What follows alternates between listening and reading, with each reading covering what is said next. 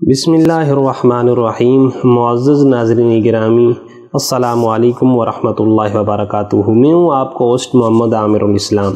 جیسا کہ آپ کو معلوم ہے کہ رمضان المبارک کا آخری عشرہ یہ مسلمانوں کے ہاں ایک نہایتی اہمیت کا عامل ہے کہ جس کے اندر ساری دنیا کے مسلمان بالخصوص لیلۃ القدر کی تلاش کے لیے رمضان کے اس آخری عشرے میں اعتکاف کرتے ہیں۔ تو اعتکاف کا جو لغوی معنی ہے وہ رکا رہنا ہے یا اپنے آپ کو ایک جگہ پہ ٹھہرا لینا ہے، اور احادیث کے اندر رمضان المبارک کے اس آخری عشرے کے اندر اعتکاف کرنے کی بہت زیادہ فضیلت بیان ہوئی ہے۔ حضرت عائشہ رضی اللہ تعالی عنہ آپ ارشاد فرماتی ہیں کہ حضور پر نور صلی اللہ علیہ وآلہ وسلم کا یہ معمول مبارک تھا کہ آپ رمضان المبارک کے آخری عشرے میں اعتکاف فرمایا کرتے تھے، اور حضور پر نور صلی اللہ علیہ وآلہ وسلم کی ازواج مطہرات کا بھی یہ عمل مبارک تھا کہ وہ اپنے گھروں کے اندر رمضان المبارک کے آخری عشرے میں اعتکاف کرتی تھیں۔ اور اعتکاف کی فضیلت کیا ہے؟ بیکی شریف کے اندر یہ حدیث طیبہ موجود ہے، اور اس کے راوی امام حسین رضی اللہ تعالی عنہ ہیں۔ آپ فرماتے ہیں کہ آقا علیہ الصلوۃ والسلام نے ارشاد فرمایا کہ جس بندے نے رمضان کے آخری 10 دنوں میں اعتکاف کیا تو اللہ رب العزت اس کو 2 حج کرنے اور 2 عمرے کرنے کا ثواب عطا فرماتے ہیں۔ اور اسی طرح حضرت ابو ہریرہ رضی اللہ تعالی عنہ آپ ارشاد فرماتے ہیں کہ آقا علیہ الصلوۃ والسلام کا یہ معمول مبارک تھا کہ آپ ہر سال اعتکاف فرمایا کرتے تھے رمضان کا آخری عشرہ، اور جس سال میرے اور آپ کے آقا حضرت محمد مصطفیٰ صلی اللہ علیہ وآلہ وسلم کا وصال مبارک ہوا تو اس سال حضور پر نور صلی اللہ علیہ وآلہ وسلم نے رمضان کے آخری 20 دنوں کا اعتکاف فرمایا تھا۔ اور حضرت ابن عباس رضی اللہ تعالی عنہ کی یہ روایت موجود ہے احادیث کے اندر کہ حضور پر نور صلی اللہ علیہ وآلہ وسلم نے ارشاد فرمایا کہ اعتکاف کرنے والا اعتکاف کی برکت کی وجہ سے گناہوں سے محفوظ رہتا ہے، اور اللہ رب العزت اسے اس قدر نیکیوں کا ثواب عطا فرماتی ہیں گویا کہ اس نے وہ نیکیاں کی ہیں۔ مثلا اگر ایک شخص اعتکاف کی وجہ سے جنازے کے اندر حاضر نہیں ہو سکتا، کسی بیمار کی تیمارداری نہیں کر سکتا، کوئی بھی رفع عامہ کا کام ہے وہ نہیں کر سکتا کہ جو اس کا بھائی باہر بیٹھ کے کر رہا ہے، تو اللہ رب العزت اعتکاف کی برکت سے اس بندہ مومن کو وہ ساری نیکیاں، ان ساری نیکیوں کا ثواب عطا فرماتے ہیں۔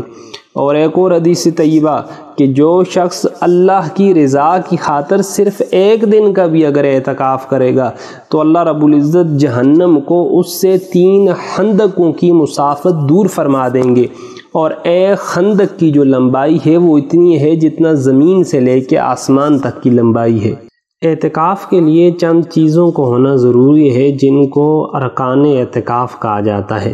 ان میں سے فقہائے کرام نے جو سب سے پہلی چیز بیان کی ہے وہ ہے نیت، کیونکہ حدیث طیبہ ہے انما الاعمال بالنیات، کہ اعمال کا دار و مدار نیتوں کے اوپر ہے۔ اور دوسری چیز یہ ہے کہ معتکف کا ہونا ضروری ہے، کیونکہ اگر معتکف نہیں ہوگا تو معتکف کے بغیر اعتکاف نہیں پایا جا سکتا۔ تیسرا جو رکن ہے وہ مسجد کو ہونا ضروری ہے، یعنی ایسی مسجد جس کے اندر باجماعت نماز ادا کی جاتی ہو، اور اگر ایسی مسجد کہ جس کے اندر نماز باجماعت 5 ٹائم پہ ادا نہیں کی جاتی تو ایسی مسجد میں اعتکاف نہیں ہوگا۔ اور آخری جو چیز ہے وہ یہ ہے کہ معتکف کا مسجد کے اندر ہونا ضروری ہے، اگر وہ مسجد کی حدود سے باہر نکل جائے گا تو اس کا اعتکاف ٹوٹ جائے گا۔ اسی طرح اعتکاف کے لیے روزے کا ہونا بھی ضروری ہے، اگر معتکف روزہ نہیں رکھے گا تو اس کا اعتکاف ٹوٹ جائے گا۔ اسی طرح ایک اور مسئلہ جو اعتکاف کے دوران عمومی طور پہ پیش آتا ہے وہ یہ ہے کہ بعض اوقات بعض مساجد ایسی ہوتی ہیں جو کہ غیر جامع ہوتی ہیں، تو اگر معتکف نے جمعہ پڑھنے کے لیے جامع مسجد کے اندر جانا ہے تو وہ اذان سے اتنی دیر پہلے جا سکتا ہے جس میں وہ 4 یا 6 نوافل ادا کر سکتا ہو، اور جمعہ پڑھنے کے بعد فوری طور پر اس کو چاہیے کہ وہ واپس اپنی جگہ پہ آ جائے۔ اسی طرح اگر انسان کی حاجات ضروریہ ہیں، مثلا پیشاب وغیرہ ہے یا غسل جنابت وغیرہ ہے، ان چیزوں کے لیے وہ بندہ مسجد کی حدود سے باہر جا سکتا ہے، لیکن یوں ہی یہ عذر اس کے ختم ہو جائیں گے تو وہ واپس دوبارہ جلد از جلد مسجد کے اندر لوٹ آئے گا۔ اگر بغیر کسی ضرورت کے وہ مسجد کی حدود سے باہر نکل گیا تو اس کا اعتکاف ٹوٹ جائے گا۔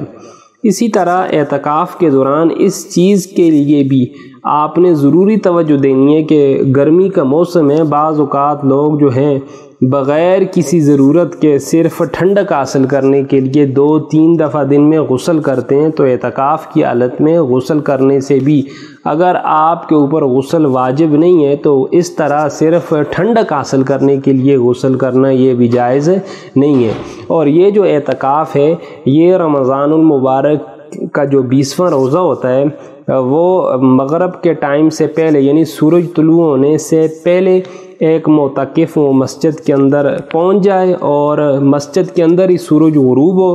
اس ٹائم سے لے کے جو آخری روزہ ہے اس کی افطار تک یہ اعتکاف کا وقت ہے۔ اور اعتکاف کے دوران جو سب سے فضیلت والی عبادت ہے وہ قرآن کریم کی تلاوت کرنا ہے، کیونکہ رسول اللہ صلی اللہ علیہ وآلہ وسلم کا یہ معمول مبارک تھا کہ آپ جناب سیدنا جبریل علیہ السلام کے ساتھ آپ رمضان کے دنوں میں قرآن کریم فرقان حمید کا دور فرمایا کرتے تھے۔ اگر لاک ڈاؤن کے دوران مساجد کے اندر اعتکاف کرنے کی اجازت نہ ہو تو اس صورت میں مرد حضرات کس طرح اعتکاف کریں گے؟ تو اس صورت میں وہ اپنے لیے گھر کے اندر ایک خاص جگہ مخصوص کر لیں گے، وہاں پہ وہ بیٹھ جائیں گے اور اس حدود سے باہر نہیں نکلیں گے، کیونکہ یہ ایک شدید عذر ہے کہ جب مساجد بند ہو چکی ہیں اور مساجد کے اندر اعتکاف کی اجازت نہیں ہے تو اس صورت میں وہ بندہ اپنے گھر کے اندر بھی اعتکاف کر سکتا ہے۔ لیکن ہاں، جن مقامات کے اوپر مساجد کھلی ہیں تو وہاں مومنین کو چاہیے کہ وہ مساجد کے اندر جائیں اور مساجد کے اندر اعتکاف کریں۔ اور یہ جو رمضان کا آخری عشرہ ہے اس میں شب قدر کو تلاش کرنے کی کوشش کریں، کیونکہ جو بندہ صدق کی نیت کے ساتھ شب قدر کو تلاش کرنے کی کوشش کرے گا اللہ رب العزت اس کو ضرور، اور اللہ رب العزت اپنے فضل سے اپنے کرم سے اس کو یہ شب قدر ضرور عطا فرمائیں گے۔ اور جس کو یہ شب قدر کی رات مل گئی، لیلۃ القدر خیر من الف شہر، تو گویا 1000 مہینوں کی عبادت ایک طرف اور ایک شب قدر کی رات ایک طرف، اور پھر بھی یہ جو شب قدر کی رات ہے یہ ان 1000 مہینوں کی عبادت سے افضل ہے۔ تو اللہ رب العزت ہم سب کو عمل کرنے کی توفیق عطا فرمائے۔ وما علینا الا البلاغ المبین۔